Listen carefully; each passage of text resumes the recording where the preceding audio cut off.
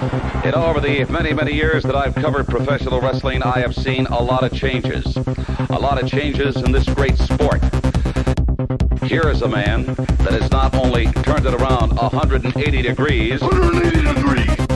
Time distortions. 360. Right there, the fork in the road. 180 degrees. I went over that one bridge. 360. I'm going straight to the top. 180 degrees. One shining star in the night. 360. Brighter than all the other ones. 180 degrees. Macho madness right now. 360. You thought so, but I know so. 180 degrees. I'm on a roll and I ain't stopping. 360. I'm a chameleon, yeah. 180 degrees. They can't be stopped, no. 360. Elizabeth, go right and I'm going left. 180 degrees. And the beat goes on. 360. And the beat goes on. 180 degrees. And the beat goes on. 360. And the beat goes on. 180 degrees. And the beat goes on. 360. And the beat goes on. 180 degrees. And the beat goes on. 360. Can I ask a question, Macho Man? No more questions. I'm sorry about that. Macho Man Randy Savage. Bonjour à toutes et à tous et bienvenue, on a presque envie de vous dire bienvenue de nouveau dans le CatchaCast. Pourquoi de nouveau? Parce qu'il s'agit de la seconde partie dédiée aux promotions dans l'univers merveilleux du catch. Vous êtes au CatchaCast, votre émission dédiée aux univers au pluriel du catch, catch japonais, catch US, UK, ce que vous voulez, du catch sous toutes ses formes, lucha libre aussi. Et je suis encore et toujours avec plaisir avec Mickaël. Salut Mickaël. Salut. Ainsi que Félix. Hello. Et votre hôte, évidemment, Medides de Death Podcast. Donc Death Podcast, ensemble d'émissions, de live et de vidéos dédiées aux univers des cultures contemporaines, manga, animation, jeux vidéo, cinéma, on en passe, et du catch, évidemment. Vous pouvez évidemment nous retrouver sur les réseaux sociaux, le classique, on parle de promo, donc tant qu'à faire, je refais la même blague que sur la première partie, sur Twitter, Instagram, Facebook, et nous soutenir sur Patreon, si vous le souhaitez. Et on va continuer donc sur cette seconde partie, avec déjà un disclaimer, on ne vous l'a pas précisé sur la première partie, mais sachez que en ce moment, il y a une joie des algorithmes et des robots qui s'agitent dans tous les sens. On ne vous parle pas de Skynet, de Terminator, mais on vous parle simplement des strikes, en fait, des coupures de vidéos, de podcasts dues à des logiques de droit. Donc n'hésitez pas, si vous ne trouvez plus sur votre plateforme, quelle que soit là où vous nous écoutez, que ce soit sur YouTube, que ce soit sur Apple Podcast, SoundCloud, Deezer ou Spotify. N'hésitez pas à aller sur les différentes plateformes en espérant effectivement que le contenu reste le plus longtemps possible. Mais si vous n'avez pas les extraits, que vous êtes étonné ou que la vidéo ou l'audio a été coupé, n'hésitez pas à aller chercher ailleurs ou à venir nous trouver sur les réseaux sociaux. On mettra sûrement à jour. Et il vaut mieux être prudent et mieux vaut prévenir que guérir, comme on dit. Et on va continuer. Donc Félix, là avec un vaste programme, encore une fois, c'est pour ça qu'on a fait deux parties, avec on va dire des promos pas qualifiables, mais en tout cas difficiles à ranger dans le classique bonne Classé. promo, mauvaise promo. Voilà, je te laisse un petit peu nous Oui, donner pour rappel, s'il y en a qui ont éludé la première partie, donc on parle des promos, on parle des discours de catcheurs quand ils prennent le micro sur le ring ou en dehors pour parler de leurs adversaires, de leurs matchs, de faire un dialogue par exemple. Et donc après avoir fait un peu l'étalage de ce qu'on considérait comme les bonnes et puis les mauvaises promos, on voulait parler de sous-genres de promos. On avait envie d'évoquer par exemple la mécanique de la shoot promo ou de la pipe bomb comme le qualifiait CM Punk. Donc c'est-à-dire la promo qui brise un peu le quatrième mur de la fiction du catch ou qui parle de sujets légitimes, réels, qui ne se passent pas donc dans une storyline. On voulait parler aussi des speeches un peu là aussi un peu shoot aussi, par exemple quand un catcheur prend sa retraite ou revient, ou voilà les discours un peu à cœur ouvert. Et puis on voulait parler aussi peut-être à la fin de cette deuxième partie de la promo aujourd'hui, qu'en est-il? On parlait dans les années 90, on parlait beaucoup de la catchphrase. D'ailleurs, il y a le mot catch dedans, donc c'est pas un hasard. Hey, bien joué. Et puis voilà, est-ce que la promo en tant que telle, comme on la connaît aujourd'hui et comme on la connaissait hier, est-ce qu'elle a toujours sa place dans le catch, ou est-ce que l'avenir c'est des trucs un peu plus clippé, un peu plus mise en scène, un peu plus vignette, un peu plus cinématographique finalement. Messieurs, est-ce qu'on commencerait par, parce qu'on n'en a pas trop parlé dans la première partie, est-ce qu'on commencerait par justement le shoot, la pipe bombe?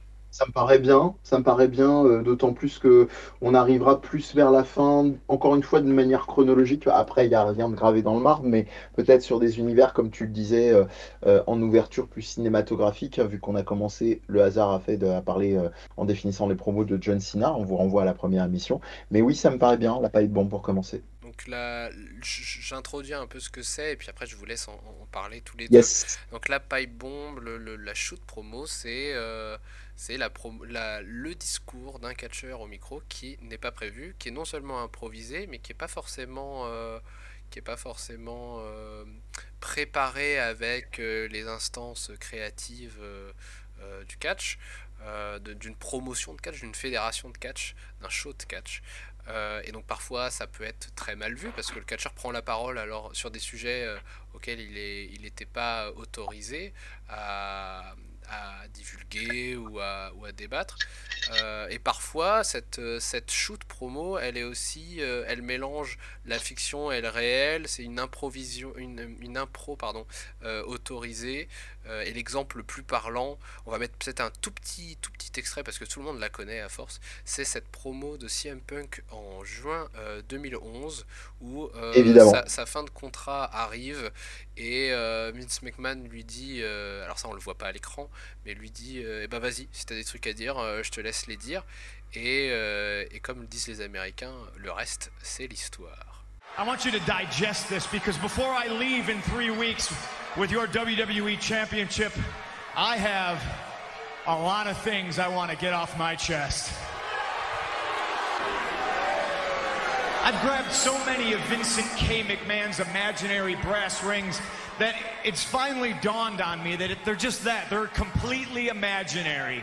The only thing that's real is me and the fact that day in and day out for almost 6 years I have proved to everybody in the world that I am the best on this microphone, in that ring, even at commentary. Nobody can touch me. The reason I'm leaving is you people, because after I'm gone, you're still gonna pour money into this company. I'm just a spoke on the wheel. The wheel's gonna keep turning, and I understand that.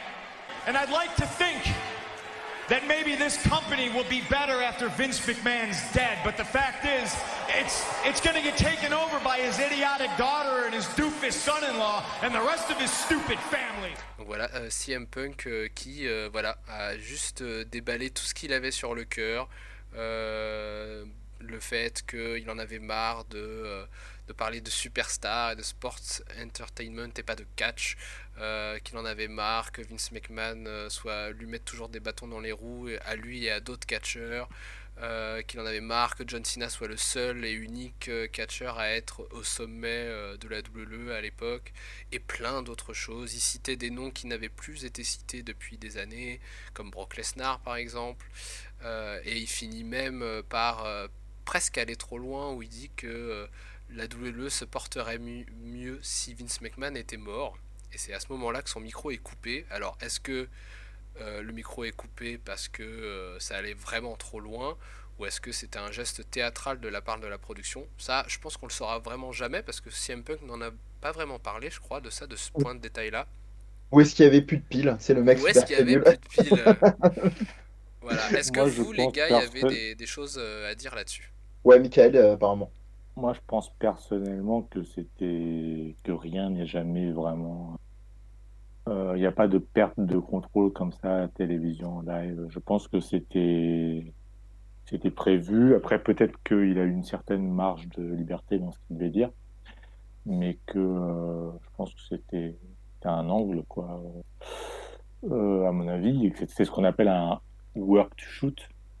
Pour toi, c'était du Jean-Pierre Foucault, en fait, c'est du 50-50. Il avait à la fois la marge et en même temps le truc où Oui, dans mais sa je marge, pense il a que été trop loin et peut-être qu'ils ont coupé à ce moment-là. Je pense que c'était clairement non. Je pense que c'était l'idée dès le départ. Enfin, par exemple, s'il a dit s'il a parlé de la mort de Vince McMahon, c'est clair qu'il n'aurait pas fait ça spontanément de lui-même, sincèrement.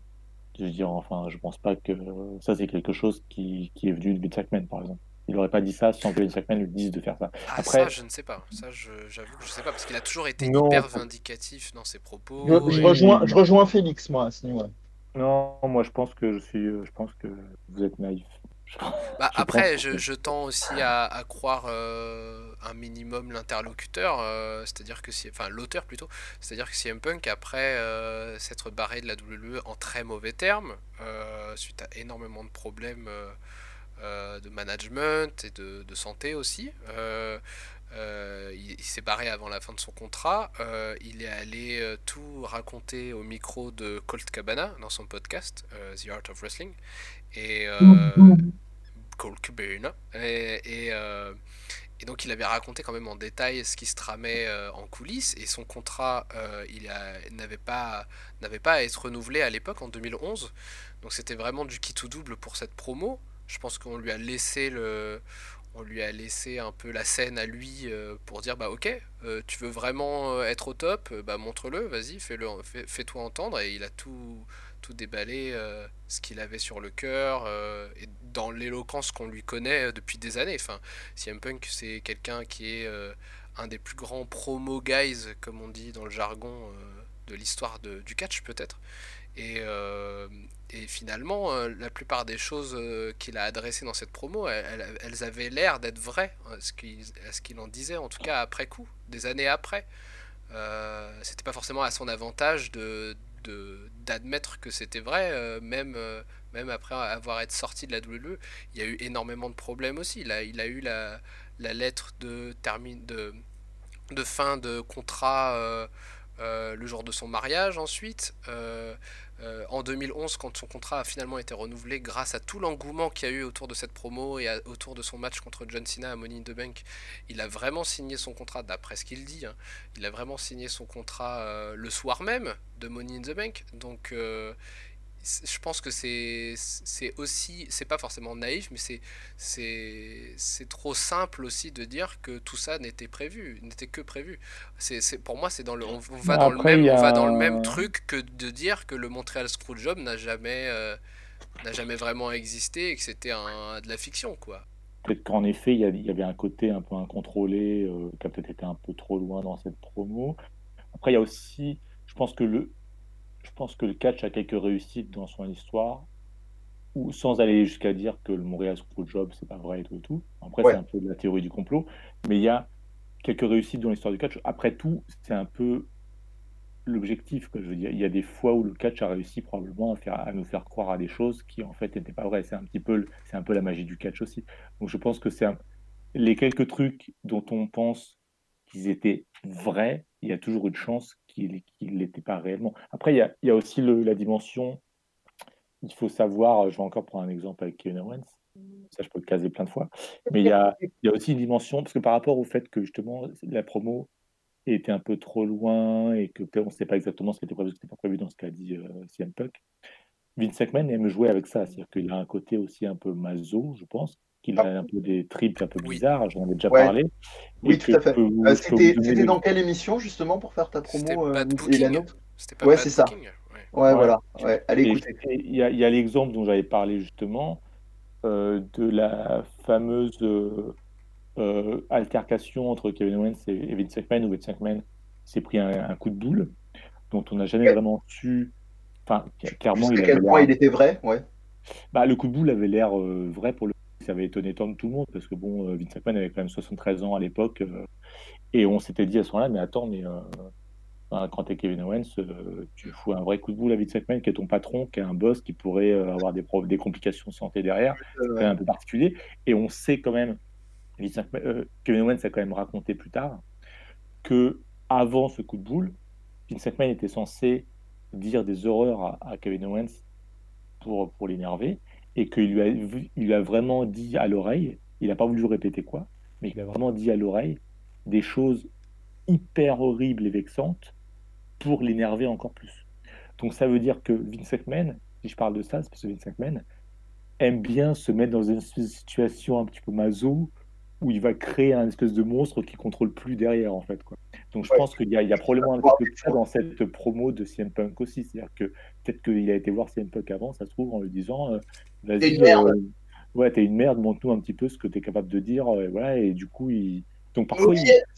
parfois la perte de contrôle peut être, et j'en parle parce que c'est un truc qui peut être un moteur, je ne devrais pas dire ça, mais ça peut être un moteur sexuel aussi, mais la perte de contrôle parfois euh, est quelque chose qui peut être contrôlé en fait. Vous voyez ce que je veux dire? C'est-à-dire qu'on peut Induit, quoi. soi-même, oui, on peut soi-même euh, euh, Lâcher agencer ou ou retenir organiser quelque chose du une plaisir, perte de oui. contrôle. Et donc je pense que la WWE s'amuse à faire ça de temps en temps, et je Oui, pense qu'il y a oui. un peu de ça dans cette pipe bomb. Et ça, par rapport à Vince McMahon, il y a un autre exemple, c'était en 2001, juste avant le fameux match au Survivor Series, où, soi-disant, c'était l'avenir de la WWE qui était en jeu face à l'alliance des restes de la WCW et de la ECW, où Vince McMahon est invité sur le ring pour une promo avec Paul Heyman, où Vince McMahon ne parle pas du tout. Et c'est Paul Heyman qui se décharge complètement sur voilà ce que la WWE a fait du catch, voilà pourquoi il faut enlever le pouvoir des mains de Vince McMahon, etc. Et il dit énormément de choses qui n'avaient jamais été dites à l'époque, et tout ça devant Vince McMahon mutique.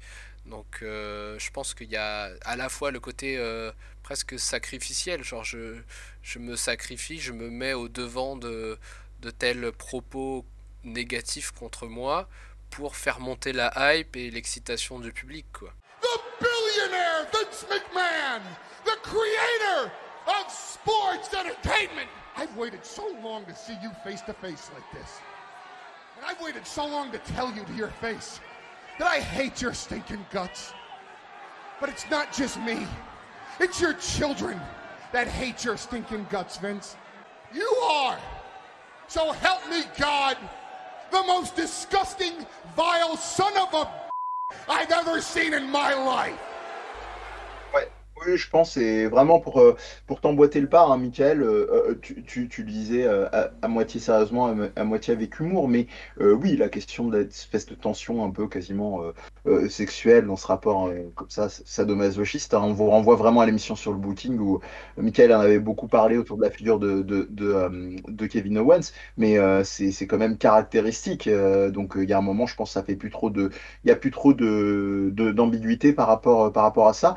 Et bah, je pense que, alors sans totalement terminer autour de CM Punk, en tout cas on a un peu délimité la pipe bombe, on peut répondre à la question simple, est-ce que CM Punk mérite un culte de personnalité? Oui, ça c'est pour faire un petit clin d'œil à Sabrine qui nous avait fait le plaisir d'être sur certaines émissions, notamment sur celle sur le journalisme, hein. C'est bon, mangez-en. Allez, écoutez.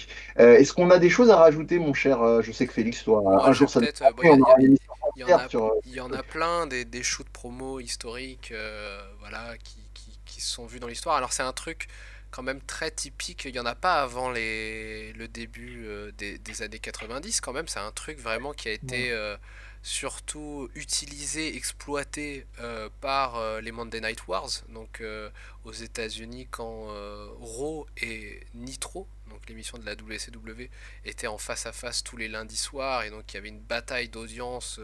Voilà, fallait trouver le truc le plus choc, le changement de titre le plus surprenant pour faire monter les audiences. Et c'est la mécanique de la shoot promo ou de la worked shoot promo, c'est-à-dire que c'est une fausse promo légitime, c'est une promo préparée, etc.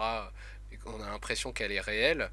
Ça, c'est un truc. T'as dit fallait, mais fallait, c'est la NJPW. Pardon. Faut pas confondre. Mais ça, c'est un truc qui remonte dans les années 90. Et je pense que l'un des points d'ancrage de cette pipe bomb exploitation, presque, c'est une promo d'un certain Shane Douglas à la ECW, qui, en fait, à l'époque, la ECW n'était pas encore Extreme. Et Shane Douglas, il venait de remporter un tournoi pour le titre vacant de la NWA, qui n'était plus affilié à la WCW à l'époque. Et à ce moment-là, alors qu'il est censé dire voilà, la NWA, c'est toute une histoire de grands catcheurs depuis des décennies, et je suis très honoré d'être le nouveau champion, et il dit non, pour moi ça ne compte pas. C'est tout ça, tous ces vieux briscards, c'est du passé, c'est à jeter. Maintenant, il faut tout brûler, il faut laisser le futur et l'avenir devenir le présent.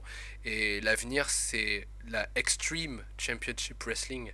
Et donc, il jette ce titre qui a été enfin cette ceinture qui a été portée par les plus grands, dont Ric Flair, dont Dusty Rhodes, qu'on a cité maintes fois dans la première partie de l'émission.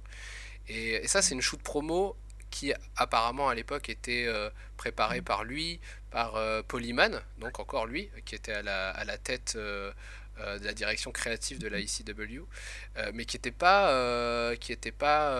mise au courant par les instances de la NWA, donc qui dirigeait pourtant, qui bouquait pourtant ce tournoi, et eux, ils avaient été complètement dégoûtés, et donc ils s'étaient séparés de la ECW, et la ECW en a gagné beaucoup parce que elle est vraiment devenue l'emblème de la contre-culture catchesque à l'époque, et c'est comme ça que toute l'attitude era ensuite a pris son envol, quoi.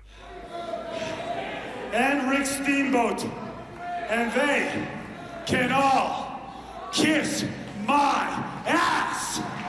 What in the hell is he doing? Because I am not the man who accepts a torch to be handed down to me from an organization that died, R.I.P., 7 years ago. The franchise, Shane Douglas, is the man who ignites the new flame of the sport of professional wrestling. Ouais, pas grand chose à rajouter sur la remise en contexte, hein, même effectivement sur la plotation dont tu parlais, avec laquelle je suis assez d'accord. Moi, je rajouterais peut-être que c'est aussi quelque chose de l'ordre de l'époque, puisque tu disais c'est pas arrivé avant les années 90 bien tassé. Je pense qu'il y a aussi un culte du rapport à ce qu'on appelle le quatrième mur, ou les discours Ouais. méta, qui s'est vraiment installé aussi progressivement dans la culture contemporaine à cette époque-là. Donc dans le cinéma, dans les comics, etc., on n'avait pas vraiment t'as fait ça. Il y a qu'à voir, hein, pour rester rien que sur la culture américaine, il y a qu'à voir l'état des grands succès dans les années 90 niveau comics, avec un rapport presque comic books, presque justement méta. Donc voilà, je pense que c'est pas anodin non plus. Je sais pas si tu voulais rajouter des choses, Michael, par rapport à ce que vient de dire Félix, ou pas Non, non, pas spécialement. spécialement. Ouais. Après, juste dans les promo shoots assez Oui. notables, il y en a une, c'est alors si je me trompe pas, c'est Joey Styles, qui Oui, était commentateur à NXT, et qui était, non, il a c'était jamais pas été à NXT? NXT, c'était Raw à l'époque. Ouais, mais il me semblait qu'il venait je crois qu'il venait de NXT à un moment donné. Enfin, je sais plus. Mais en tout cas, oui, il avait été viré. Ah oui, non, il s'occupait de la partie du site internet, je crois, où il y avait quelque chose comme ça. En tout cas, il avait été viré, il avait fait une promo où il avait un peu balancé aussi sur AWE avant de partir.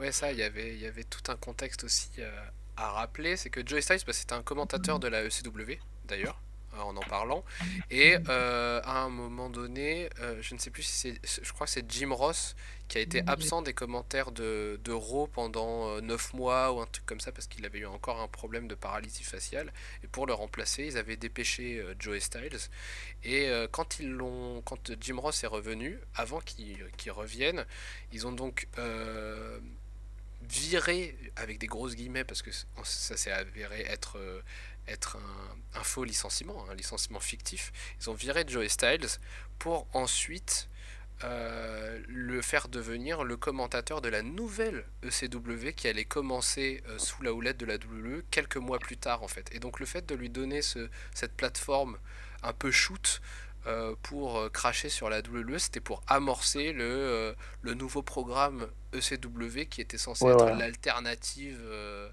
extrême, etc. Donc pour le coup, c'est un exemple de work shoot Pour le coup, où oui. ils utilisaient le côté un peu rebelle pour mettre en valeur un produit qui était censé être, comme la WWE aime bien proposer ses propres alternatives à la Exactement. WWE. Donc voilà. Est-ce qu'on passe à un autre type de promo que vous vouliez aborder? Je crois que Ouais. les discours de retraite et compagnie, ça te tenait beaucoup à cœur, Mehdi. Ouais, retraite ou alors on va dire qui sont vraiment en train de complètement, on va dire, on voit plus trop la limite avec la réalité, hein. Je dis bien la réalité, non pas le réel. Donc il y en a un que j'ai retiré de mon top 3 des meilleurs promos, qui est le discours de retour de Daniel Bryan.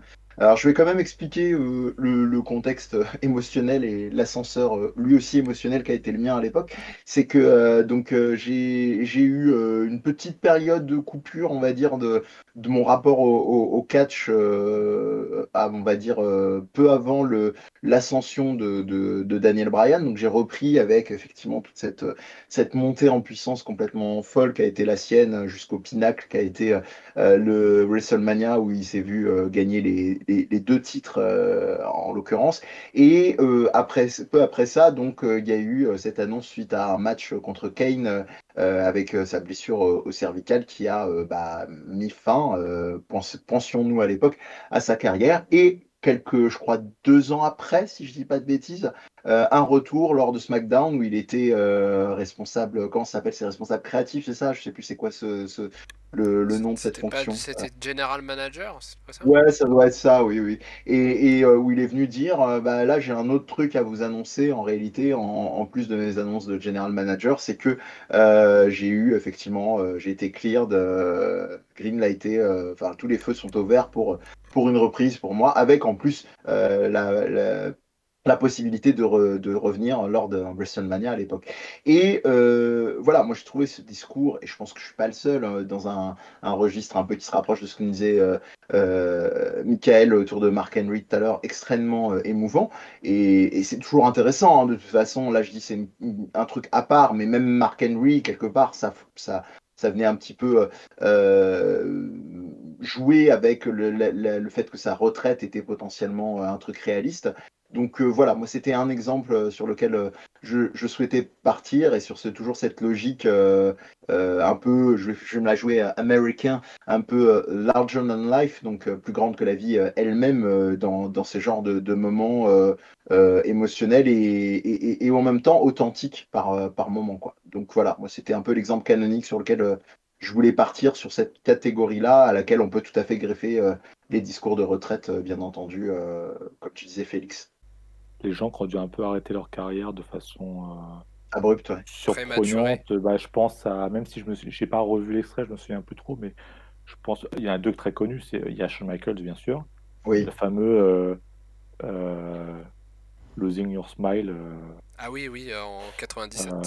voilà, et il y a Edge dans l'histoire plus récente, il y a Edge qui a quand même surpris tout le monde parce qu'on s'attendait vraiment pas à ce que il doit avoir arrêté, hein, parce que Edge a eu des problèmes, je pense, au cou, je crois. Oui, oui. ouais, Et en ouais. fait, il allait voir le médecin, puis en gros, on lui a dit, mais c'est un peu ce qui arrive dans le catch parfois, quoi. On lui a dit, non, en fait, non, non, là, il n'y a pas de retour, là, il va falloir arrêter, là, parce que la prochaine fois, ce sera Ah pour de bon. bon, quoi. En plus, il était Et champion donc, du du monde coup, à l'époque. Ouais, ouais, il était au sommet, ouais. ouais.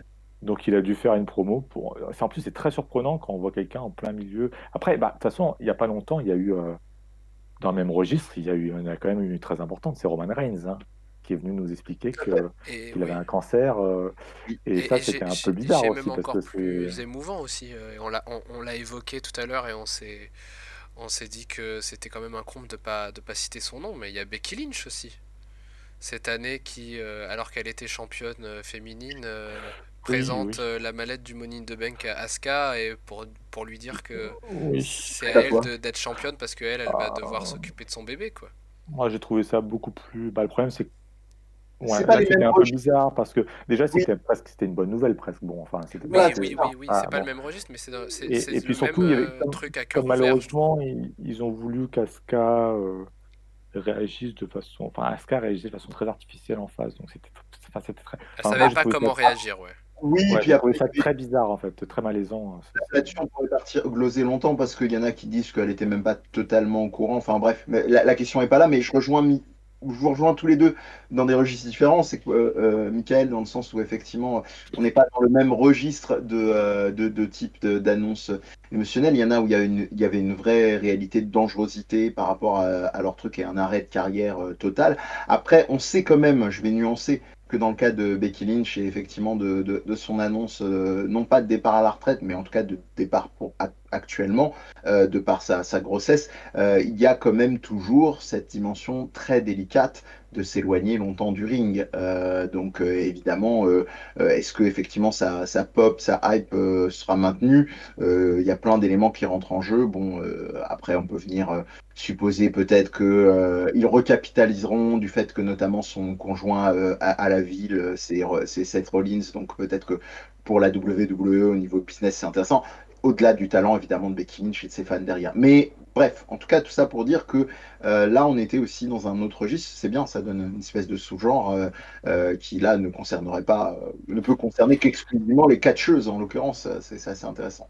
Mais moi j'avais une question par rapport à ce Yes. sous-genre de promo à cœur ouvert, parce que c'est vraiment différent. Il y a un côté légitime, donc comme la shoot promo, mais c'est vrai que la shoot promo souvent le timing est choisi, tu l'as dit, enfin, c'est induit comme l'a dit Michael tout à l'heure, alors que là les discours à cœur ouvert, bah, c'est la réalité qui les amène. Qu'est-ce que vous pensez, parce que la question me vient là en parlant avec vous, mais qu'est-ce que vous pensez du fait que ces promos-là, elles sont données et dites au milieu du ring le plus souvent, qui est la scène de la fiction du catch. Est-ce que ça pose un problème ou pas le fait de faire une promo comme ça à cœur ouvert, de dire que c'est une promo d'ailleurs, parce que c'est pas forcément fictif, c'est souvent pas Ah ouais. fictif, ça n'a pas lieu d'être dans une storyline, à part pour Mm. un truc fabriqué comme l'exemple de Mark Henry dans la première partie. C'est ça. Parce que pour moi c'est l'équivalent d'un... Enfin ça rentre dans le même type de registre qu'un discours du Hall of Fame, où c'est quelqu'un qui n'est plus en personnage, qui s'est sorti de l'espace diégétique fictionnel du catch et qui va s'adresser à des fans et à des pairs. Euh, est-ce que ça pose problème ça de mettre un tel discours sur un ring de catch vraiment genre fictionnel ou pas quoi? Moi, je vais faire un rappel et te répondre juste derrière. Donc, quand même, je pense que la plupart de nos auditeurs sont au courant, mais je précise quand même, hein, la diégèse, hein, quand tu parlais de diégétique, c'est ce qui va être de l'ordre de la fiction, donc du récit, vraiment purement et simplement. Ce qui induit donc un truc dans le catch que vous connaissez autrement Kayfabe.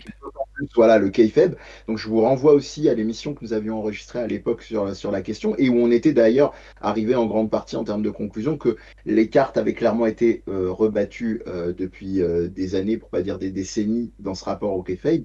Et que pour moi, voilà, j'ai répondu à une promo par une autre promo. On a un podcast, c'est pas grave. Et Et en tout cas, pour moi, c'est plus problématique. Enfin, ça l'est évidemment beaucoup moins qu'il y a quelques temps. Moi, ça, d'accord. je vais répondre avec ce que je peux faire le mieux, c'est-à-dire ma propre opinion. Moi, ça ne me choque pas, slash plus, ce genre de dynamique-là. Il n'y a que quand c'est un ordre, tu sais, une espèce de dimension très limite obscène, c'est-à-dire de venir Oui. rentrer dans des détails qui n'ont pas d'ordre. Là, c'est factuel, c'est-à-dire elle est enceinte, on en fait une espèce d'événement qui en est un en soi déjà, mais on transpose cet événement de la réalité dans l'univers de la fiction. Voilà, tout simplement. Je sais pas, Michael, si t'es sur la même longueur d'onde. Euh, Bah, à peu près, oui. Moi, je pense que c'est un peu aussi un problème de ton. C'est-à-dire que, en fait, quand tu dis, Félix, que c'est de l'ordre du discours Hall of Fame, mais même le discours Hall of Fame, c'est quand même un spectacle. Il y a quand même des spectateurs, il y a quand même un public, c'est quand même organisé, il y a quand même un temps de parole. Donc, au final, il y a toujours un côté un peu chaud, quoi qu'il arrive. C'est quand même pas des confidences sur le Oui, mais loyer. là on sait qu'il n'y aura pas de storyline, etc. Alors Bah, en qu'on est fait, toujours dans non, parce que on est toujours dans l'expectative quand ça se passe oui, sur mais le ring. oui, mais je pense que justement, moi, je pense que quand ça passe sur le ring et quand je pense que tout dans le catch, c'est the show must go on, quoi. Et je pense que tout fait partie dans le catch Le du catch est spectacle. tout. Non, mais mais je pense que tout fait partie du spectacle et que même quand il y a un bout de réalité, ça s'inscrit parfois bien, parfois mal dans le spectacle. Par exemple, pour prendre l'exemple de Roman Reigns qui nous a dit qu'il avait un Oui, cancer et qu'il Ouais, devait une arrêter pendant un moment leucémie. et voilà. mais exactement. Euh, Quelques semaines après, Dean Ambrose faisait dans des promos faisait référence à ça en tant que heel. Donc, au final, ça a été utilisé dans des histoires. Et, et au final, c'était quand même une façon, je veux dire, quand Roman Reigns fait ça, il y a toujours une décision derrière. Ce que je veux dire, c'est qu'ils auraient pu faire ça autrement. Ils auraient pu ne pas avoir Roman Reigns qui fait ça sur le ring et avoir une interview pour une chaîne télé ou avoir simplement un communiqué ou faire ça de façon très très pudique et tout. Ils ont dit à Roman Reigns, bon bah écoute, vas-y, tu vas sur le ring et tu balances ça aux gens. Peut-être que Roman Reigns avait envie de le faire aussi, mais ce que je veux dire, c'est qu'il y a une décision de l'ensemble des acteurs impliqués de d'amener ça dans le show et de le faire sur le ring. Donc, à partir du moment où c'est sur le ring et où ça fait partie d'une émission, même si c'est un truc vrai à ce moment-là, il y a quand même une décision stratégique d'intégrer ça à l'histoire et au spectacle, qu'on le veuille ou non, pour moi. Donc, c'est jamais complètement un truc qui n'a rien à voir et qui est là en plein milieu. Après, ça pose des questions par rapport à la kayfabe, c'est-à-dire que parfois, ils font des trucs où ils brisent la kayfabe et c'est hyper bizarre. Enfin, ça pose vraiment problème quand... il y a deux exemples où ça pose problème. C'est quand c'est de mauvais goût, c'est-à-dire que comme j'en parlais avec l'histoire de Red Flair, où ils utilisent un truc qui est vrai, mais pour faire une promo, ou alors comme vous en parliez avec Eddie Guerrero quand il est mort. Mais par exemple, Eddie Guerrero, quand il est mort, le Raw suivant, il meurt un week-end, Eddie Guerrero. Un jour après, Raw commence avec tous les catcheurs qui sont devant l'entrée des catcheurs. Et il y a 10 coups de cloche et tout le monde est très ému. On n'est pas du tout dans la kayfabe. À ce moment-là, tous les catcheurs, les gentils et les méchants, sont là. Tout le monde est très ému. Le catch a aucun problème en fait avec le côté une seconde. Bon bah écoutez, là on est les vrais artistes et on vous regarde et il n'y a pas de problème. Et 10 secondes plus tard, bon bah c'est on reprend. Je suis un heel, je suis un connard, je dis des bêtises et tout. Le catch a jamais eu de problème avec ça en fait, quoi.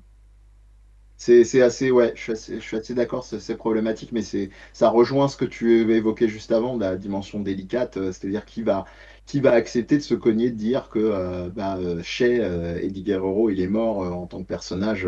Déjà, la WWE, je pense, elle-même ne le ferait pas, mais là, c'est plus pour des raisons de business, puisque ça leur permet effectivement d'étaler sur des shows et des shows, et ça, on en a déjà parlé, la dimension très malaisante, dommage, qui des fois est jusqu'à ad nauseam et gênante même, je pense, pour la dimension de deuil pour les concernés.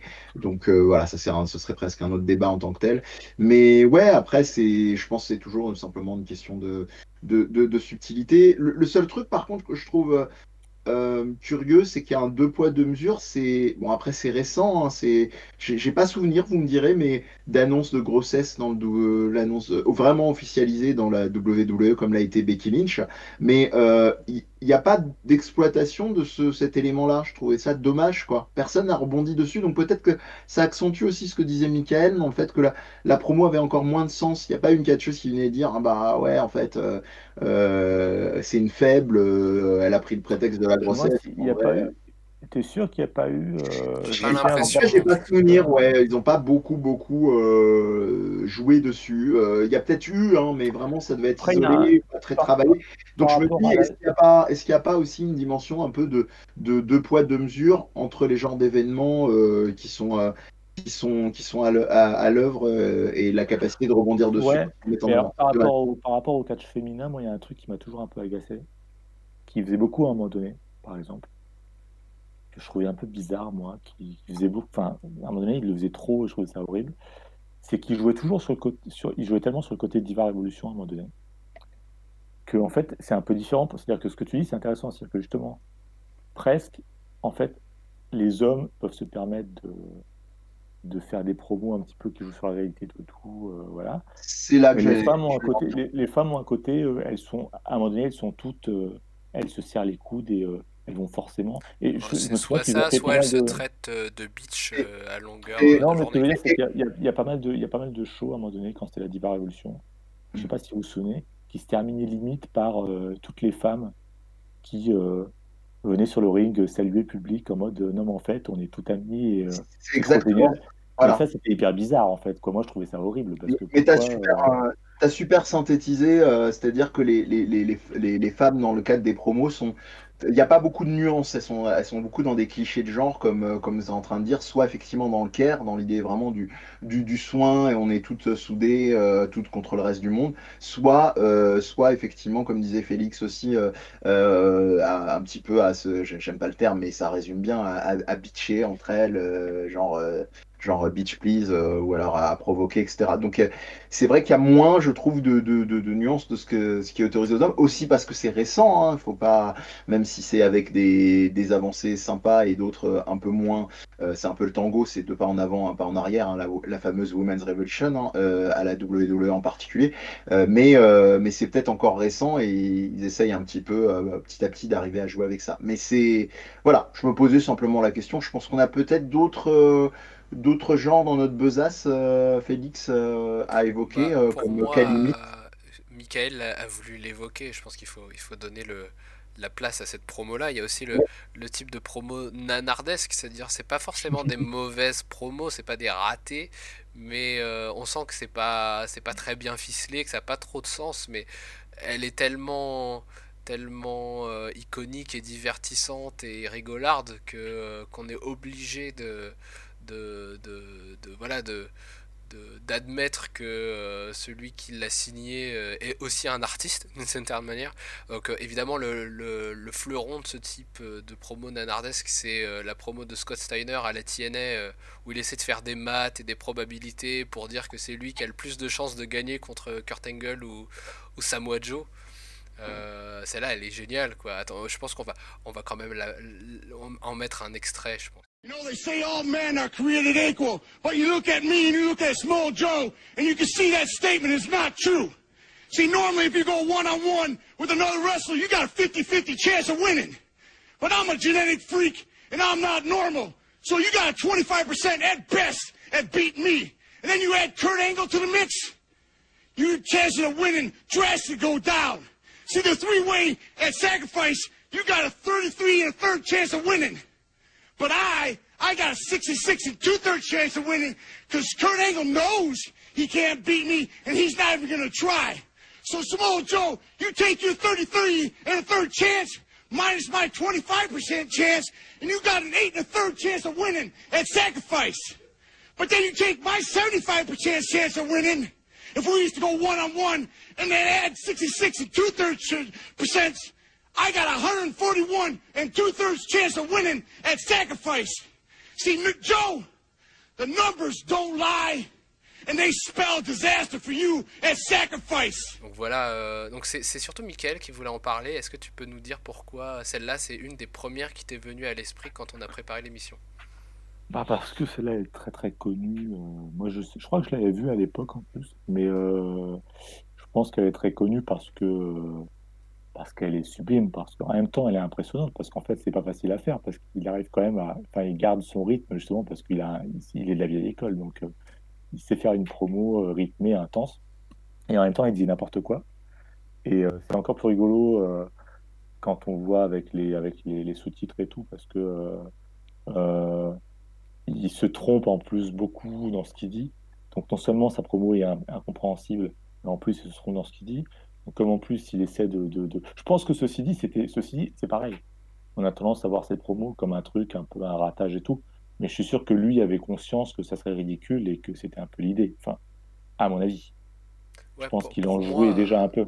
pour moi, là, ça m'est venu à l'esprit la comparaison. Je pense qu'elle est très grosse et pas forcément vraie, mais bon, j'y ai pensé, donc allons-y.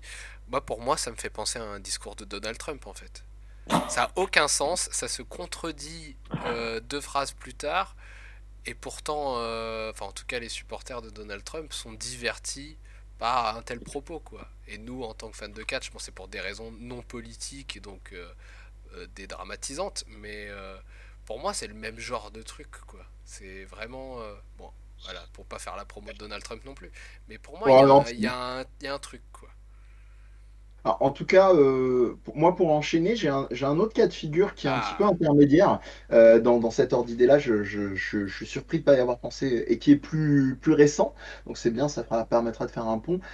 C'est un petit peu la dimension Alors, on parle de nanardesque, effectivement, il y a une forme toujours dans le nanar, des fois, un peu de syndrome de Stockholm, c'est-à-dire qu'on baisse un peu notre garde, on finit par admettre que le truc, malgré ses limites, a quand même une forme de sincérité et de drôlerie dans son truc mal maîtrisé. Mais il y a aussi, je dirais, à la limite du nanardesque, les espèces de promos qui demandent forcément du temps pour s'installer. Et celle à laquelle je pense, c'est la fameuse promo de Breezango, du duo donc Tyler Breeze et Fandango, autour de cette espèce de parodie un peu gloubi-boulga de X-Files, de Twin Peaks, etc. Où ils allaient faire des espèces d'enquêtes sur des dossiers comme ça, classés, enfin voilà, des références très très repérables et tout, et qui a demandé quand même un peu de temps pour commencer à être apprécié, et d'ailleurs a pas vachement relancé, même au-delà de la promo, la gimmick même de Breezango, qui était un peu dans un truc intermédiaire. Après ça, d'ailleurs, clairement en perte de vitesse, et qui sont revenus récemment gagner le titre. Bon, le reperdre récemment, mais voilà. En tout cas, moi, c'est le genre de cas de figure qui s'inscrit un peu dans cette logique-là, avec des codes, je dirais, nanardesques, mais autrement peut-être plus maîtrisés. Et volontaire aussi, surtout conscient, quoi. Complète- Complètement, ouais, voilà. Donc je sais pas si vous avez adhéré effectivement à ce Breezango, ces fameux dossiers, Si, ces si, mais, fameux X-Files à Breezango. mais encore une fois, ça s'inscrit non seulement dans le côté comedy wrestling, mais en plus, il y a un besoin de mise en scène, d'acting dedans, plus que juste de discours, de prosodie. Donc, est-ce que ça, c'est une promo ou pas? Ou est-ce que c'est juste une scène de dialogue entre deux catcheurs? Ça aussi, il faut faire la Non, ouais. différence entre... Parce qu'avant, dans les années 80, il y avait le match et puis il y avait la promo. Il n'y avait pas de scène dans les coulisses où quelqu'un attaquait quelqu'un d'autre. Il n'y avait pas machin qui va signer un contrat dans le bureau de Vince McMahon. Donc tout ça, toutes ces scènes de dialogue, est-ce qu'on peut considérer ça comme une promo? Ça aussi, c'est une question qu'il faut soulever, je pense. T'as un peu répondu, moi je trouve partiellement à ta propre question, dans le sens où moi ce que je retiens, c'est que ça demande quand même une capacité d'acting qui est plus poussée, et que certains catcheurs ne parviendront, je pense, jamais, puisqu'on ne peut pas leur demander d'être sur tous les fronts, à assumer. Je repense à un exemple qui a été donné dans la première partie, qu'évoquait Michael, c'est le cas des New Day, par exemple. Les New Day, pour moi, ça s'est inscrit, ça s'est construit sur cette double dimension-là de capacité in-ring, et puis d'acting et de comédie, quand même, vraiment conséquente, quoi. Voire même, je vais aller encore plus loin, de création d'univers. C'est-à-dire que New Day, ils ont vraiment créé un truc. C'est limite une marque en tant que telle, quoi, maintenant. Avec des chansons, avec des référentiels visuels, etc. Bon, même ça existe toujours, c'est jamais bien loin dans le domaine du catch, ne serait-ce que de par le merchandising, les produits dérivés. Mais voilà, en tout cas, moi je pense que c'est plus ça que je retiens, c'est la capacité des catcheurs à pouvoir le faire ou non. Dans le cas de Breezango, dans le cas de New Day, eux, clairement, en ont été capables. Et aussi le fait qu'on est dans une conception des univers aujourd'hui fictifs, qui sont de l'ordre de ce qu'on appelle le transmédia, c'est-à-dire c'est des trucs qui se croisent en termes de référence, en termes aussi de manière d'appréhender les univers, et que le public, il est très réceptif à ça. Donc c'est plus ça que je retiens, moi. Après, je sais pas, peut-être pour me répondre, Félix ou Michael, si Bah, Michael, moi ouais, j'ai déjà si tu parlé. parlais, ouais. Non, bah moi, ouais, je vois rien à rajouter là-dessus. Tu as dit ce qu'il fallait. Ah, c'est beau, merci. Bah, Et encore une fois, on parle peut-être qu'on peut faire la transition, bah, justement sur le dernier point, le futur de la promo. On en parle déjà. oui, Parce que pour moi, quand je préparais l'émission, je me disais, mais c'est quoi le nouveau format de la promo en dehors de juste ces scènes de dialogue parsemées dans un show de catch télévisé, un show de catch américain surtout, parce qu'au Japon et au Mexique ça marche différemment. Mais il y a aussi, voilà, la promo, comme on l'a dit au tout début de la première partie, ça s'appelle comme ça parce que ça fait la promotion d'un show, ça fait la promotion d'un match, ça fait la promotion d'un catcheur. Et depuis les années 90, ce qui fait aussi la promotion d'un show ou d'un catcheur ou d'une rivalité, c'est les promos package, donc en plus il y a le promo dans le terme, c'est les vidéos montées de scènes et d'actions qui font en 2-3 minutes le rappel des enjeux d'une rivalité, comme on peut en voir avant le début d'un épisode d'une série avec le précédemment dans The Mandalorian ou quelque chose comme ça, où on voit ce qui s'est passé pour arriver au nouvel épisode. Est-ce que ça peut être une nouvelle forme de promo aussi? Ouais, alors moi la question, je la poserais plus de manière un peu à contourner ce que je pense que tous les fans de catch ont à l'esprit, ou les gens qui s'interrogent un minimum dessus, c'est est-ce qu'il y a un autre avenir de la promo du catch autre que ce qui est en train de se dessiner avec ce qu'on a appelé très rapidement le Cinematic Universe? Moi, je la poserais plus comme ça. Je vais commencer à donner un élément de réponse, à recontextualiser quand même ce que c'est que le Cinematic Universe, donc qui a été vraiment amorcé de manière démocratisée par la WWE avec notamment ce match emblématique contre John Cena contre The Fiend lors de WrestleMania et qui c'était en fait un match qui était c'est compliqué évidemment encore aujourd'hui à définir, qui n'est pas tout à fait un match dans les codes classiques d'un match de catch. C'est-à-dire que il n'y avait pas vraiment de bagarre en tant que tel, quoi. C'était vraiment une espèce d'échange purement narratif. De la même manière qu'a suivi aussi un Undertaker contre AJ Styles et Gallows Anderson en backup. De la même manière qu'on pourrait rallonger la liste avec Big Swoles contre Britt Baker il y a peu. Enfin voilà.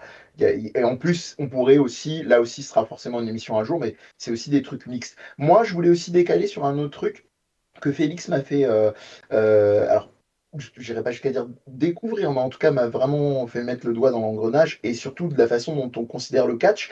Est-ce qu'on considère comme un divertissement ou est-ce qu'on va jusqu'à aller oser le terme d'art et je pense notamment aux promos vidéo de certaines fédérations, je ne les ai pas forcément en tête, mais qui sont réalisées par des gens qui, voilà, c'est déjà des gens qui sont soit vidéastes dans leur métier en tant que tel, soit clairement qui mettent vraiment les mains dans le Oui, cambouis. il y a Sean Ryan par exemple pour Exactement. l'OTT, c'est une promotion irlandaise qui fait des trucs super.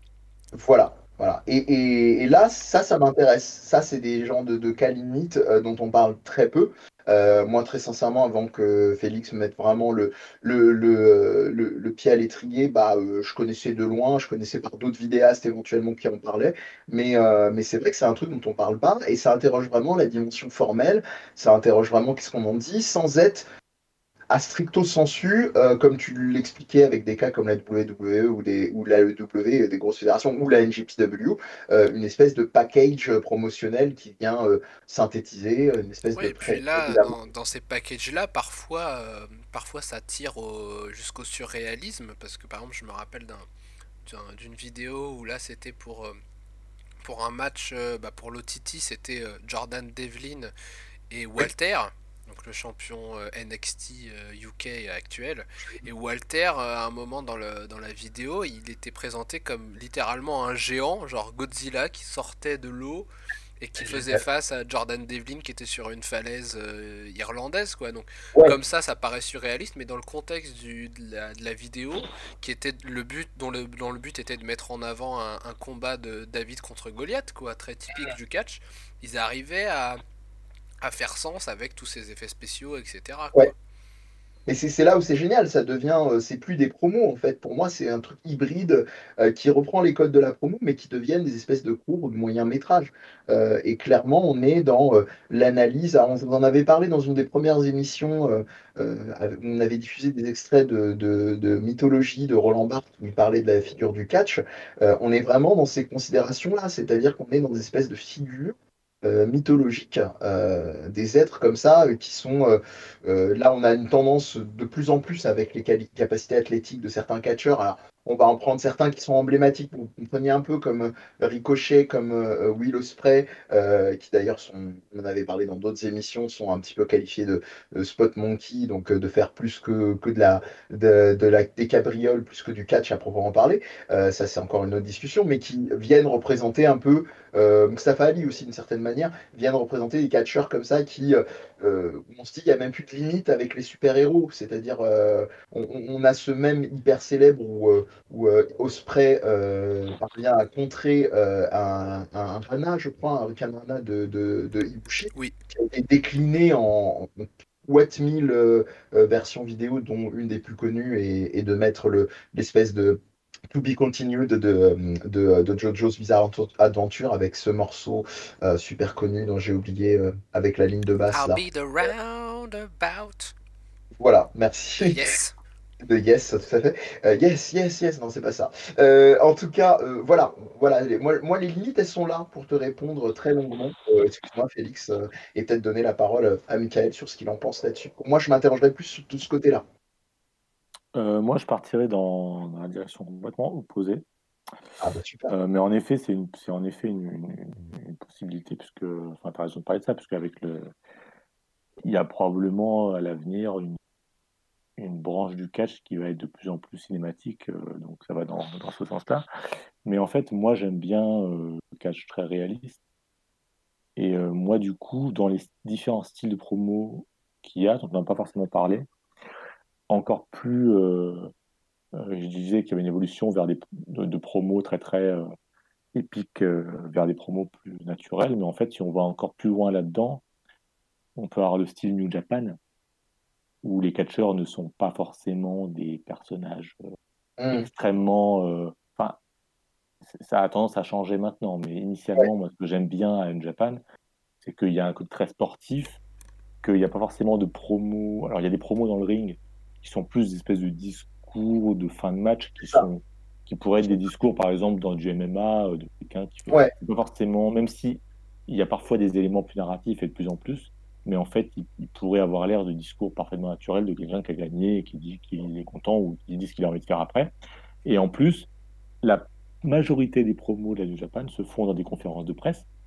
Donc, du coup, tout ça à fait. crée un climat très différent. Hum, Et surtout, on ne demande pas, on ne demande pas aux catcheurs de la New Japan d'être des personnages ou d'interpréter quelque chose spécialement, mais on leur demande, la plupart du temps, quand on voit les promos de, je sais pas, d'Ibushi ou. Alors, je pense que la plupart sont pas forcément hyper bons en promo, ou des gens comme ouais, parce que Ishii qui parlent quasiment pas. Et du coup, ils arrivent. En bon, faut dire aussi que à chaque fois, je me fais la réflexion, mais on peut pas s'empêcher de constater que après un match de la WWE, ils sont tout frais, tout comme il faut, alors que après un match de la New Japan, en général, les catcheurs ont l'air d'avoir perdu 8 litres de transpiration et peuvent à peine parler.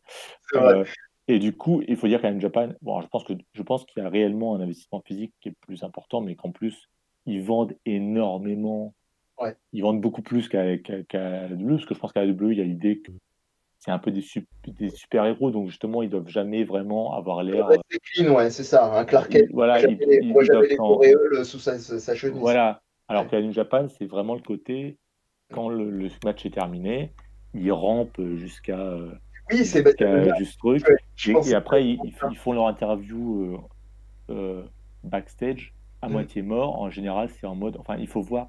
Oui, Après, c'est aussi c'est une mentalité très différente. C'est-à-dire que c'est ça. Ibushi, il a tout de suite un côté hyper humble. Il est là, bon, désolé, Ouais, j'ai encore perdu, j'essaierai de faire mieux la prochaine fois. C'est un truc qu'on n'imaginerait pas du tout à WWE. Et du coup, ouais. c'est un type de promo qui cherche vraiment à être dans un truc extrêmement naturel, réaliste et humble. Et c'est Authentique. très, très, très différent, ouais, authentique. Et Et moi, j'aime beaucoup ça. authentique, mais en même temps très codifié, parce que tu expliquais. Oh, j'ai dit codi, excusez-moi. Il y a un côté où quand j'allais dire les persos, c'est intéressant, où les catcheurs se roulent au sol à la fin des trucs, tu as une hiérarchie, tu vois. Un Ibushi, ça va pas avoir la même valeur ou la même façon de se rouler au sol qu'un Young Lions. C'est bête à dire, mais bon, les Young Lions, Oui, c'est ouais. les plus, on va dire, de la LGPW. Et donc là, effectivement, les jeunes en général, ils reviennent épuisés parce que c'est genre, ouais, t'es un rookie, tu t'es donné à fond, machin. Ibushi aussi, mais à un autre niveau. Et on sent effectivement le nivellement du truc. C'est vraiment, je trouve, c'est très très subtil. Pour t'emboîter le pas, même si moi je parlais d'une autre piste, mais je suis d'accord aussi avec le fait qu'il s'emmerde pas avec les détails. Un truc bête, hein, on parle de promo. Moi je vais parler de promo au niveau pognon. C'est en général, ces promos se font derrière un tableau avec tous les sponsors. Et d'ailleurs, la plupart du Oui. temps, très souvent, les sponsors sont sur le ring, même à la NJPW, ils sont même pas avec ça. Et quelque part, c'est à titre vraiment perso, hein, je préfère ça que m'annoncer entre comment dire, un lariat, enfin une close line plutôt du côté de la WWE que cette close line m'est offerte par Tic Tac ou par un Twix ou Kit Kat, quoi. Non, mais c'est Et bête. non, mais et là où tu as raison, c'est que ce qui rejoint ce que je disais, c'est que, par exemple, le fait qu'il y ait cette conférence de presse avec plein de sponsors derrière, ça me donne plus l'impression d'être en face d'un débrief de match de boxe ou de C'est ça. MMA Ça que fait du cercle. catch. Et ça, moi, ça me plaît beaucoup parce que du coup, je trouve que ça donne du crédit au truc et Exact. ça me ferait espérer, même si c'est de moins en moins le cas, que le booking de All Japan soit cohérent et réaliste et surprenant. Euh, mais c'est voilà. Malheureusement, ça se perd un peu. Moi, Ouais. je suis tout d'accord, tout d'accord. Je m'en mets les pinceaux tout seul. Je suis tout à fait d'accord avec toi. J'espérais qu'on aborde ce point d'ailleurs et tu l'as très bien fait. Donc, je t'ai Ouais, c'est vraiment quoi? C'est laissé en parler. T'en as super bien parlé d'ailleurs. Mais oui, pour moi, c'est le côté authentique du catch qui se perd totalement. Mais ce qui est impressionnant surtout avec cette mécanique de promo par conférence de presse, c'est qu'en fait le catcheur reste dans son personnage. Alors ils ont pas des grosses gimmicks. Voilà, ils ont des valeurs, mais ils ont pas de grosses gimmicks, contrairement par exemple à un catch américain comme la WWE. Mais quand ils répondent aux questions, ils répondent dans leur personnage. Un Jay White va pas répondre exactement. va pas répondre à la même question de la même façon qu'un Kota Ibushi ou qu'un Hiroshi Oui. Tanahashi. Et Ils pareil, vont- le moment dans lequel ils sont actuellement va aussi varier sur leur personnage. Il y a aussi cette dimension de nuance qui est hyper subtile mais hyper profonde. Par exemple, Tanahashi en ce moment, il est très dans la dépression. Il est dans je suis inutile aujourd'hui à la New Japan parce que je suis vieux et Oh, j'arrive pas à gagner mes matchs, etc.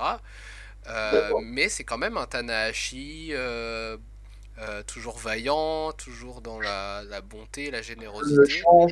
Mais ça, c'est très relatif à la culture, bon, c'est Aussi, pas oui. le but, hein, mais japonaise. Il y a ce qu'on appelle au Japon, ce qu'on appelle le tatemae, donc qui est le visage social, en fait, qui est de faire bonne figure quoi qu'il arrive. Et c'est poussé jusqu'à même le cas de leur personnage dans le jeu. Et je vais aller encore plus loin que ce que tu dis, c'est chouette, hein, il y a une vraie émulation là sur la discussion. C'est que tout le monde, non pas reste fort, mais reste un personnage en réalité à la NJPW, même les intervieweurs. Je vais donner un exemple tout bête. Tu as pris le cas de Jay White, effectivement, qui à la dernière conférence de Power Struggle était en mode Jay White, quoi, un monsieur connard, c'est-à-dire. Et il a profité du fait qu'avec son espèce d'aplomb, pas son aplomb, mais son. Zut, je cherche mon Son terme, mais arrogance. son arrogance, exactement, merci. Et donc, il avait expliqué un truc et il a fait une espèce de diatribe. Je vous en avais parlé d'ailleurs en off pendant un long moment, un monologue. Et je pense que, je me demande même si, je pense que c'était pas travaillé. C'est-à-dire qu'il a fait son monologue et il pensait pas que la traductrice allait tout traduire. Et ça a donné un truc, mais complètement barge de 2-3 minutes, où l'interprète japonaise a traduit mot à mot l'intégralité de son truc. Lui, je pense que même dans sa tête, en tant que catcheur, athlète, acteur, il devait se dire, bah, ouais, elle va à peu près résumer ce que j'ai dit. Et il y a eu une espèce de dialogue assez génial. Ce qu'il a fait sur ce long temps de trucs, il a meublé, ce que font beaucoup de catcheurs, hein, et il a commencé genre à prendre ses jambes et à les mettre sur la table en mode cow-boy, et il a même interpellé l'interprète en lui disant waouh, genre t'as tout traduit, genre respect, mais j'aimerais quand même que tu reprennes les points, les bullet points, et c'est là où je trouve que Jay White est un génie, mais ça sera dans une émission dédiée à sa vie, son œuvre. À sa Et, gloire. et voilà, et c'est là où il y a un jeu où tout le monde est un personnage, même l'interprète. Un autre exemple, il y a un gimmick qui, moi, me fait beaucoup rire, de Naito. On peut bien lui donner un truc positif en ce moment, le pauvre. Il a un délire sur les Family Mart. Les Family Mart, c'est une espèce de restaurant. Pensez par exemple à des chaînes comme le Flunch, des espèces de self comme ça, qu'il y a au Japon, c'est la contraction entre famille et market, non, Lunch. c'est famille restaurante, donc qui sont des restaurants familiers, quoi, de famille, où on va en général manger, voilà, c'est des plats assez basiques, de culture pas que japonaise, mais bref. Et il a un délire comme ça, genre à chaque fois avec un intervieweur qui est, je pense, un pionnier de ceux qui viennent interviewer à la fin, et il dit mais il faut qu'on se retrouve pour parler de ça autour d'un Family Mart, quoi. Et c'est très drôle, quoi. C'est un Mais ça, truc. tu sais pourquoi? Tu sais pourquoi le délire du Oui, Family t'as Mart? vu, mais vas-y, je te laisse effectivement Parce qu'en fait, expliquer. c'est là pour le coup, c'est un vrai truc. C'est-à-dire que quand les journalistes des magazines japonais comme Weekly Ouais. Pro Wrestling ou Tokyo Sports l'interview, ils demandent toujours d'être interviewé dans un restaurant. Et en général, à la fin de l'interview, il dit qu'il va aux toilettes et puis il revient pas, quoi. Donc il laisse payer le journaliste à chaque fois. Donc, voilà, voilà, ce genre de délire qui viennent comme ça nourrir, si Ouais. ça dépend du degré où on va chercher ou pas. Mais ce qui est peut-être plus intéressant à mes yeux, et je rejoins Michael et je m'arrêterai là-dessus, c'est le fait que ça demande un investissement, je dirais, supplémentaire. En gros, bon, parce qu'il y a la barrière de la langue déjà d'une part, et aussi parce que c'est des trucs qui arrivent après. C'est-à-dire, on ne vient jamais, entre guillemets, parasiter à part le fameux discours dont parlait Michael du dernier catcheur au main event, qui souvent d'ailleurs vient parfois se croiser avec des révélations ou des retours de certains catcheurs, machin.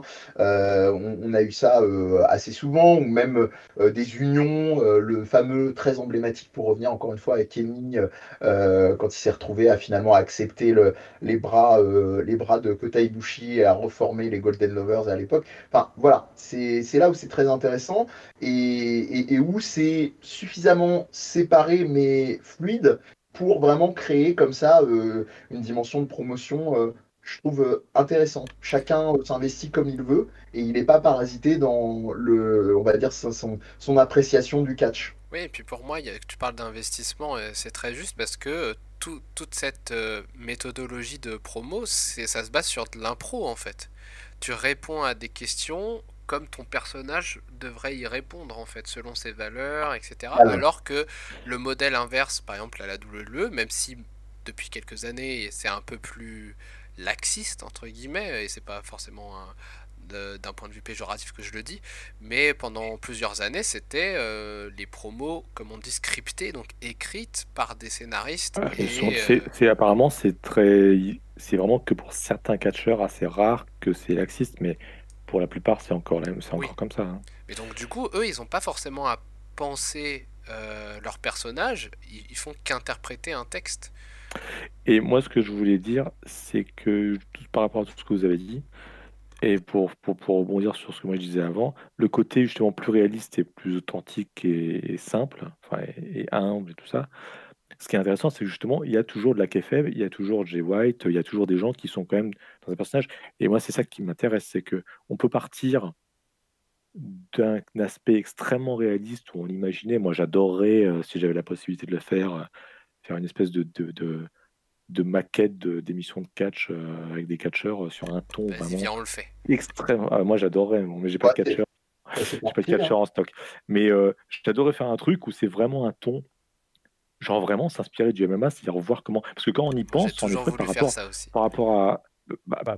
Écoute, on va y réfléchir. Allez, Mais par banco. rapport, ouais, quand on y pense par rapport à à l'évolution de ce que peut être les promos, ce que peut être une promo de Mmh. catch et la façon dont on peut raconter des histoires, moi je me dis toujours à chaque fois, mais tous les problèmes que tous les trucs traditionnellement que les gens qui font du catch se sentent obligés de faire, tout ce qui est faux, tout ce qui est justement la hit des catcheurs, la triche même et tout, ça va plus loin, il y a plein de trucs. En fait, on se dit, oui, mais ils se disent c'est important de faire ça parce que sinon on maîtrise plus ce qu'on fait et le catch a toujours fonctionné comme ça et ça n'a pas fonctionné si on. Mais à côté de ça, il y a tellement de modèles à côté, qu'on le veuille ou non. euh, Quand on regarde du MMA ou des choses comme ça, même si on peut imaginer qu'il y a aussi une part de faux aussi quelque part là-dedans, Oui, bien mais sûr. quand on voit des choses qui sont plus basées sur la réalité, Ils arrivent quand même à faire un fric fou, voire généralement plus que la WWE. Conor Ils arrivent à McGregor, faire par exemple. oui, ils arrivent à faire du hype, ils arrivent à faire des promos. Donc ça veut dire que quand on travaille un matériau qui est la réalité, c'est-à-dire qu'on part de choses, de catcheurs qui ne cherchent pas à être des personnages incroyables, mais qui cherchent juste à être des mecs normaux, qui sont des sportifs. Et même, ça va plus loin, qu'on ne maîtrise pas forcément le résultat des matchs. Donc là, je vais encore plus loin. On arrive quand même à construire là-dessus une narration et la possibilité de présenter un produit narratif à la télévision qui va séduire les gens. Donc au final, il y a plein de façons de faire. Et la New Japan, c'est ça que ça montre, c'est qu'on peut partir d'un côté qui est extrêmement réaliste et simple, et on arrive quand même à injecter là-dedans de la narration, des méchants, des gentils. On peut toujours arriver à faire ça, mais en partant d'une base plus réaliste, en fait, quoi. Je ne Voilà. sais pas ce que tu en penses, Félix, mais par rapport à ce que vient de dire Michael, et vraiment, je vous y renvoie, je parlais en mode clin d'œil de Sabrine qui avait été avec nous sur l'émission sur le journalisme, mais sur cette dimension de contrôle, ça rentre vachement en résonance avec ce qu'on a dit justement sur le rapport entre le journalisme et le catch dans notre émission qu'on avait fait. Et enfin, je ne sais pas si toi tu l'as entendu comme ça, mais moi, en entendant Michael, je trouve que ça faisait vraiment un pont avec cette émission sur le journalisme et sur, on va dire, l'état du catch. Nous, on peut parler surtout de ce qu'on connaît, c'est-à-dire de ce qu'on interroge au niveau du catch français, mais même plus largement, comment est-ce qu'effectivement ça reste des machines beaucoup autour de la dimension de contrôle. Et même s'il y a des petits trucs qui bougent un peu, évidemment, je pense que je vais te faire un pont d'or, Félix, pour aussi te laisser un petit dernier mot autour de Power, qui a vraiment revu aussi sa copie au niveau d'un truc au niveau des formats plus réalistes Studio peut-être avec Wrestling. avec le temps de, je dirais, l'expression d'origine est affreuse, mais le temps de cerveau disponible des fans de catch, parce que comme c'est dit et comme on constate un peu partout, il y a de plus en plus de catch, et du catch de plutôt, même si on râle sur certains trucs, plutôt de vraiment de qualité, et Power, lui aussi, propose quelque chose encore Oui, de différent. oui, en fait, on a l'impression qu'il y a un... Enfin, on a l'impression, non, on le constate. Il y a un vent de fondamentalisme dans le catch, en fait. On essaie de revenir aux sources de ce qui marchait avant l'envolée des années 80 et des gimmicks et des storylines soap opéraesques, etc. On essaie de retrouver ce côté vraiment sportif, authentique, naturaliste presque du catch comme on a Oui, à parce la qu'à la New base, Japan. à la base, le modèle du catch, c'était la boxe. Bah Ouais. oui, oui. Enfin, les deux sont, en fait, c'est pas forcément le modèle du catch parce que les deux, en fait, se sont entremêlés pendant des décennies, en fait, parce que la boxe est née au même moment que le catch. C'est juste que la boxe est restée un sport, même si il y avait autant de magouilles et compagnie et Voilà. de narration rajoutée que dans le catch. Sauf que le catch a fini par assumer sa sa spéciation, comme on dirait en biologie, narrative, c'est-à-dire il s'est Son art différencié scénique. d'un sport, il est devenu un sport spectacle, il est devenu un art finalement. Et finalement, il y a plein voilà, il y a New Japan, il y a Power, comme tu le disais, parce qu'ils essayent de retrouver le modèle du studio wrestling. Donc là, on boucle la boucle avec ton extrait de Dusty Rhodes en première partie. Où le catch était encore simple, alors où il y avait juste la promo très simple du catcheur qui s'exprimait Avec un voilà, fond sans uni. gimmick, Mm. et puis qui après allait enchaîner avec un match sans fioriture. Ouais, je pense que c'est ça. Il y a soit le cinematic wrestling d'un côté avec les vidéos package hyper VFX et compagnie, soit le fondamentalisme catchesque vers lequel on tend, quoi. Je pense ça va être difficile pour des trucs comme la WWE ou même la EW, parce que quand on voit le dîner des bonheurs et compagnie, c'est pas très alternatif tout ça. Ça reste de la Non, non. WWE réinterprétée, quoi. Oui, ils ont le cul entre deux chaises, on n'arrête pas de se le dire. Et pour moi, ça risque d'entraîner le catch vers le fond, et c'est déjà en train de le faire. Parce que bon, les problèmes de booking et de management et tous ces problèmes-là qu'on retrouve à la WWE, ils y sont pas pour rien. Mais cette stagnation, ce côté des fans qui sont là de ce catch hyper gimmické, hyper soap opéra, c'est plus très mainstream. Ça l'a été pendant les années 80, ça l'a été pendant les années 90, mais ça l'est plus aujourd'hui. Maintenant, c'est soit on va à l'extrême, mais d'un côté ou de l'autre, soit le catch va rester là où il est, il pourra plus jamais retrouver les Il y a un sommets. vrai, il y a un vrai tournant, ouais, sur des figures anachroniques. Là, tu tenais ton exemple. Moi, je pense, et on laissera Michael conclure. Moi, je pense aussi qu'il y a une figure, par pitié, la WWE, et même dans une moindre mesure la EW, même si c'est un peu moins marqué, mais arrêtez avec les espèces d'intervieweuses speakerines qui tendent le micro. Alors, la EW, c'est Surtout un qu'elle peu sert à moins. rien, quoi. Ouais, voilà, c'est ça le problème, quoi. Il n'y a aucune valeur ajoutée, là où effectivement, au moins Tony Shibani va venir se mixer des fois un peu dans les intrigues, comme il le fait avec Britt Oui, Baker et tout, mais là, il y a quelque chose d'une construction narrative. Mais par pitié, lâchez ces figures, mais d'une autre époque, et Ouais, qui alors, surtout, c'est même pas de la nostalgie, elles n'apportent rien. Voilà, moi, excuse-moi. je suis pas forcément d'accord avec ça, dans le sens où, pour moi, dans l'idée Ah de ouais? quelque chose de plus moderne et de plus sportif, des petites intervieweuses qui font des interviews backstage, à la limite, ça pourrait se trouver aussi, enfin, Ouais, mais justement, que ce soit pas, qu'elle n'apporte rien au niveau lycée. Ça me dérange pas, dans le et que sens ça soit où, pas dans tes goûts, tu vois, un peu que ce soit un truc qui se rapproche de ce que faisait Cathy Kelly quand elle était encore à la WWE. Ou Minjin dans les années 80, quoi. Voilà, tu vois, des trucs qu'on peut retrouver ailleurs. En plus, c'est pas comme si la WWE manquait d'espace de format vidéo avec son network, quoi. Et tout le monde ah, maintenant, avec les nouvelles formats de proposition, même si t'as pas de network, tu peux les proposer sur YouTube ou Dailymotion ou Vimeo, quoi. Enfin bref. donc moi, je voulais juste, oui, donc par rapport à ce que vous disiez sur, en effet, je suis assez d'accord sur l'idée que le catch stagne un peu et repart dans ses vieux travers, là, avec Force Blade. Alors, je sais pas si c'est à cause de l'AEW, mais comme l'AEW, en effet, la question s'est beaucoup posée, parce que justement, l'AEW, c'est l'histoire de ça, quoi. C'est là que j'ai décroché l'AEW, c'est qu'il y a une espèce de malentendu, où j'étais un peu parti sur l'idée que ça allait être quelque chose dans l'ordre de ce qu'était la New Japan, alors qu'en fait, c'est parti dans un truc extrêmement américain, extrêmement presque traditionnel dans plein de trucs, dans plein d'aspects, quel que soit, même si ça peut être très qualitatif. Euh, et ce qui est intéressant, c'est qu'en ce moment, je ne sais pas si c'est le succès de l'AEW qui fait ça, mais clairement, du côté de la New Japan, on va de plus en plus vers ça. Et du côté de la NXT, on va aussi de plus en plus vers ça. Et la NXT est directement en compétition avec la AEW le même jour. Donc il y a une espèce d'entraînement d'effet boule de neige, où en effet, toutes les enfin, surtout la NXT et la New Japan, qui sont deux promotions de catch qui, à la base, se veulent plus dans la compétition et dans la qualité des matchs, et moins dans le côté grand guignol, sont en train de faire un virage directement dans ce truc. Et il y a du coup, il y a une vraie perte, parce que tout est en train de devenir un peu sur le même ton, alors qu'au contraire, on devrait cultiver les différences, comme disait la chanson de la fameuse série. On est un peu à la croisée des chemins, je pense. Là, le catch va peut-être s'enterrer un peu plus en allant dans cette direction. Ou peut-être qu'ils ont raison, peut-être que c'est ce que les gens veulent et qu'en fait ça va faire plus d'argent parce que c'est plus grand guignol. On ne peut pas être en même temps à la place des gens qui prennent des décisions parce ils voient les réalités économiques autour d'eux, quoi. Bon, voilà.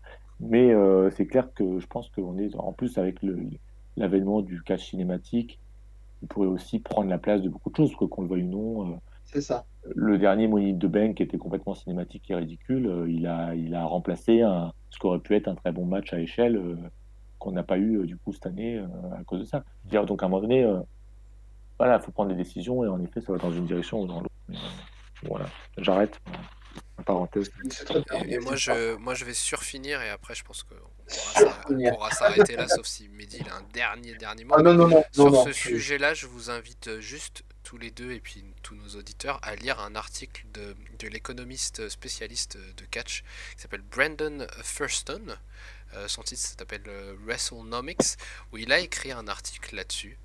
Sur le fait que le catch mainstream aux États-Unis, donc il parle surtout de la WWE et puis de la EW, donc le catch majeur en fait n'a jamais tenté d'être fondamentaliste ou sportif comme la New Japan. Et il dit que effectivement il a les chiffres à l'appui d'audience sur le fait que les segments très soap opéra comme le dîner des bonheurs ça ne fonctionne pas. Et il dit que l'AEW aurait dû tenir sa promesse de tenter une approche, certes sans précédent dans le catch à la télévision américaine, mais une approche sportive. Parce qu'il dit qu'à la New Japan, même si nous on sait en la regardant que c'est pas tout rose, le modèle entre guillemets sportif fonctionne sur plusieurs années, il y a une croissance, donc ça fonctionne. Voilà, je vous invite juste à le lire, on mettra le lien. On mettra en lien, on vous mettra aussi un lien d'un article autour de ce que nous disait Félix autour de Ric Flair et de sa proximité avec les rappeurs dans son univers, enfin comment les rappeurs se revendiquent beaucoup de Ric Flair. Voilà, bah c'est parfait. En tout cas, c'était très chouette, ça l'est toujours, mais là en tout cas il y a eu une grosse cascade d'enchaînement et d'émulation. Je vous remercie les amis. Vous dire que comme d'habitude vous retrouvez Mickaël sous le pseudo d'Orioto, O-R-I-O-T-O, soit pour éventuellement papoter ou lui dire qu'il a raison d'aimer Kevin Owens, soit pour éventuellement lui acheter des illustrations sur le monde de la culture contemporaine, jeux vidéo et autres. Vous retrouvez Félix, P-H-E-L-Y-K-S _tiré du dessous, comme disent nos grands-mères, G aussi sur Twitter et sur l'exception catchesque ainsi que critique de merde qui est légèrement en stand-by mais qui vous avez déjà un bon pool de critiques avec ses camarades sur plusieurs films sortis ces derniers temps. Et puis voilà, sinon pour moi vous me retrouvez comme les copains sur l'univers Death Podcast, le Catchacast en tête pour les fans de catch, mais pas que. Beaucoup d'émissions sur les jeux vidéo, le manga, animation, séries télé, j'en passe, musique et compagnie. Et puis Twitter, Instagram, Facebook pour nos réseaux sociaux, que ce soit le Catchacast qui a les siens de dédié comme Death Podcast et évidemment le Patreon si vous pouvez envisager de nous soutenir financièrement. Ça commence à partir de 1€. Messieurs les copains, je vous dis un grand merci et puis je vous dis de toute façon à très bientôt. Amour et suplex à vous tous. Ciao. Ciao.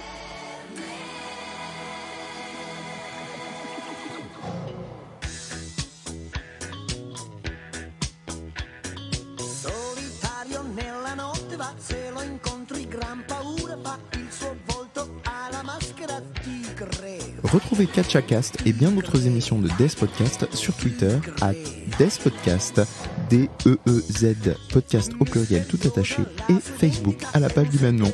Che nessuno sa chi nasconde quella maschera tigre.